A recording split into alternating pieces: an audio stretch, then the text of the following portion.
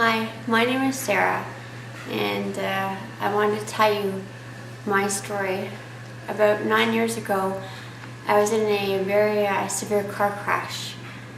It was a nice day in January, and my ex and myself decided to ask his dad to borrow his very old standard car and go to his cottage in Kawartha Lakes.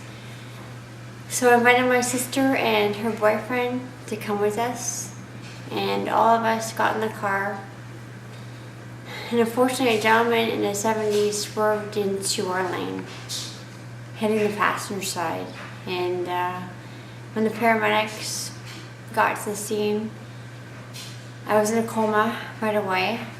They measure your Glasgow Coma Scale, which is your brain activity. For normal brain activity, usually it's a 15. For virtually no brain activity, it's a 3. And I was at a 3. So I had to be flown to Sunnybrook Hospital.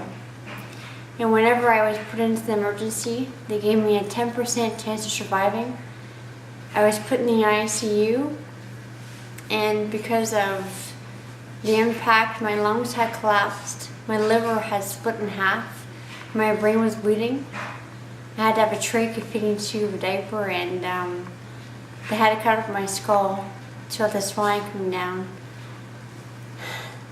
Pretty much whenever I was in a coma and everything, my brain pressure went off the charts, and my parents fought for me when they got the text from the nurses, and God heard them.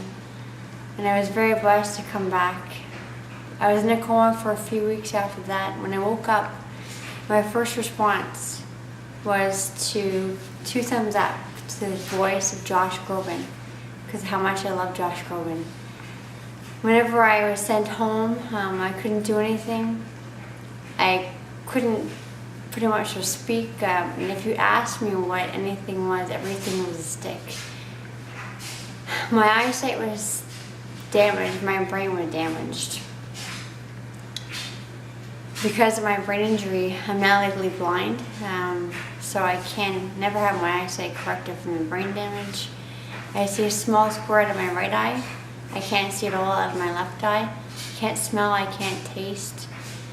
And it took me a ton of therapy and everything to try and get back to where I am today.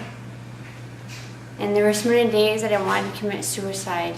And there was one day I had that thought looking out the window, and Don't Give Up by Josh Groban came on. So I dropped to my knees.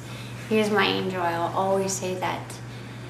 And currently now, I'm very fortunate I get to do speeches for Sunnybrook Hospital to inspire and motivate kids and to help them prevent accidents, crashes, or anything in life.